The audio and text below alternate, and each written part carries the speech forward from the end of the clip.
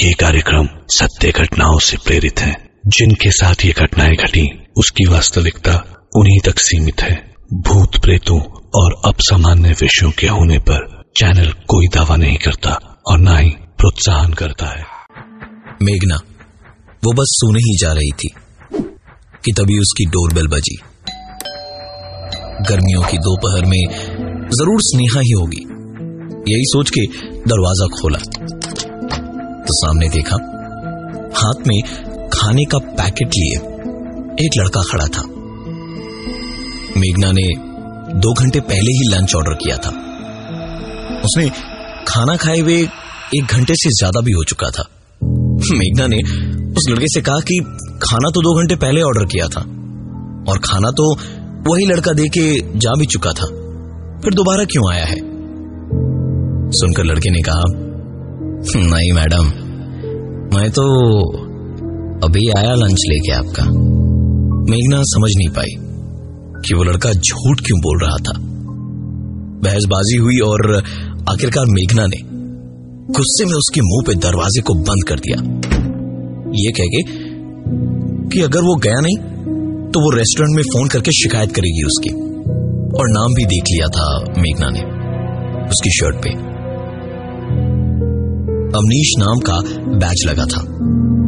मेघना दरवाजा बंद करके अंदर जाने को हुई कि तभी न जाने उसे क्या सूझी कि एक बार पलटकर आई होल से देखा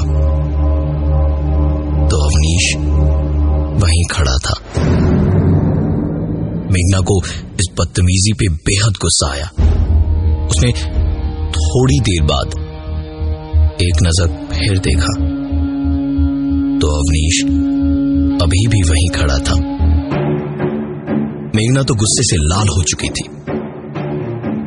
उसका बस चलता तो मार ही डालती उस लड़के को। दरवाजा खोल के बोल ही रही थी कि मैंने कहा ना तुमसे कि खाना। अपनी बात पूरी ही नहीं कर पाई मेघना, क्योंकि बाहर कोई नहीं खड़ा था।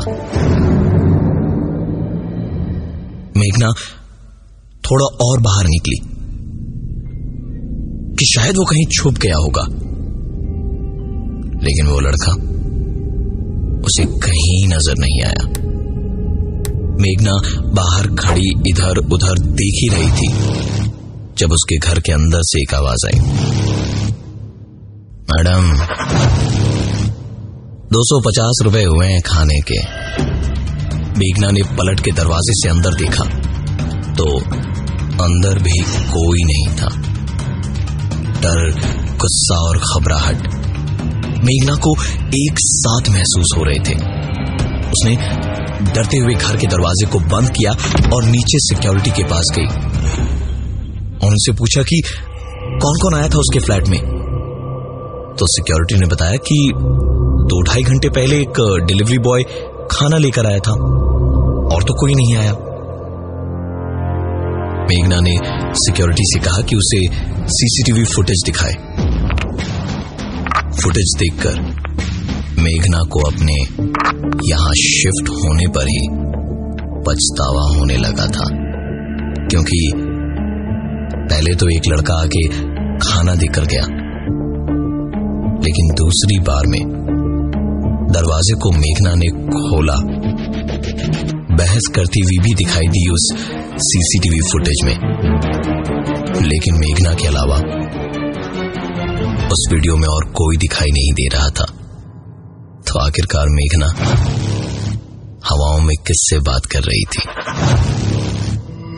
मेघना तुरंत उस रेस्टोरेंट की ओर निकल पड़ी जहां से उसने खाना ऑर्डर किया था।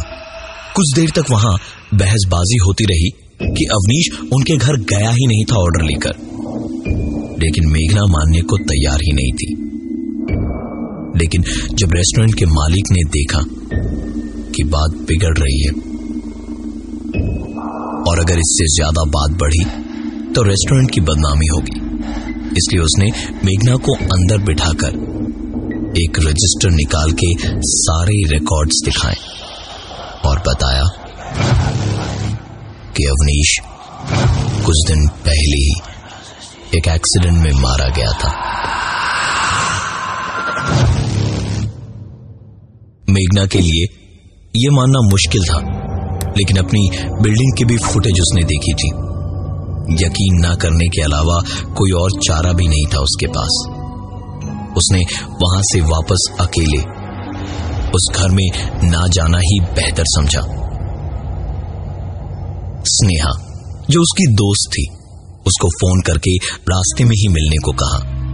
स्नेहा को रास्ते में सारी बात जब बताई तो वो मेघना की थकान को और शिफ्ट होने के स्ट्रेस को जिम्मेदार बताने लगी और कहा कि अभी जाके आराम करेगी तो सब ठीक हो जाएगा। दोनों वापस पहुंचे और बातें करते करते शाम हो गई।